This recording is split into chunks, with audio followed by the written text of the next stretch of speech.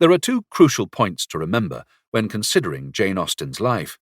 She was from a large family, which was on the fringes of becoming upper class, but was essentially middle class. Perhaps the most important thing to bear in mind is that her social class was obsessed with ranking a person's family in a hierarchy because it hadn't quite made it. It wasn't part of the aristocracy, but wished to be, and it turned its noses up at the common middle class. Throughout the novel, we will see how this notion of ranking people predominates.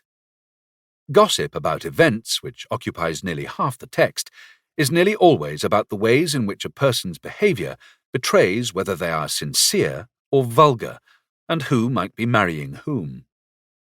This clearly was an obsession during Austen's own life, and in this sense it is the gossipy sections of the novel which are truest to her times, far more so than any of the romances that occupy the plots.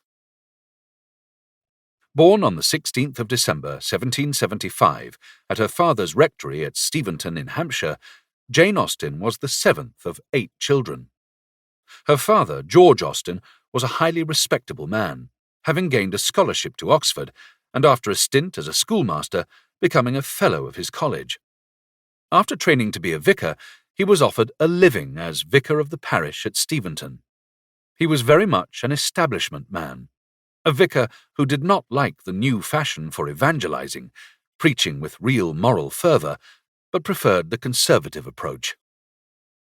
Following the old traditions of the clergy and the customs of yesteryear, he kept his sermons moderate. This is important because in all Austen's novels we see an inherent conservative view. When Elizabeth Bennet moulds Darcy, for instance, it is not to make him a completely new man, but simply to adapt his old aristocratic ways to suit a more modern climate. The loss of Darcy's pride is not a revolution, but a modification of what has gone before. Jane had an older and only sister, Cassandra, and together they attended a rather miserable school in Southampton before being sent home because they fell ill with putrid fever. Schools in those days were breeding grounds for death and disease. They then attended a second school in Reading, which appears to have been somewhat superior and more inspiring, but returned home in the mid-1780s to be educated by their father and their older brothers, James and Henry. Their chief activities seem to have been playing the piano, drawing, writing letters, performing in amateur plays, and walking in the countryside, but not far because it was considered dangerous. And as Jane especially enjoyed dancing, they would periodically attend balls in the neighbourhood.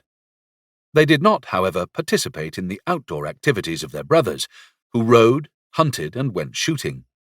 But crucially, being cooped up indoors much of the time, Jane developed the habit of writing.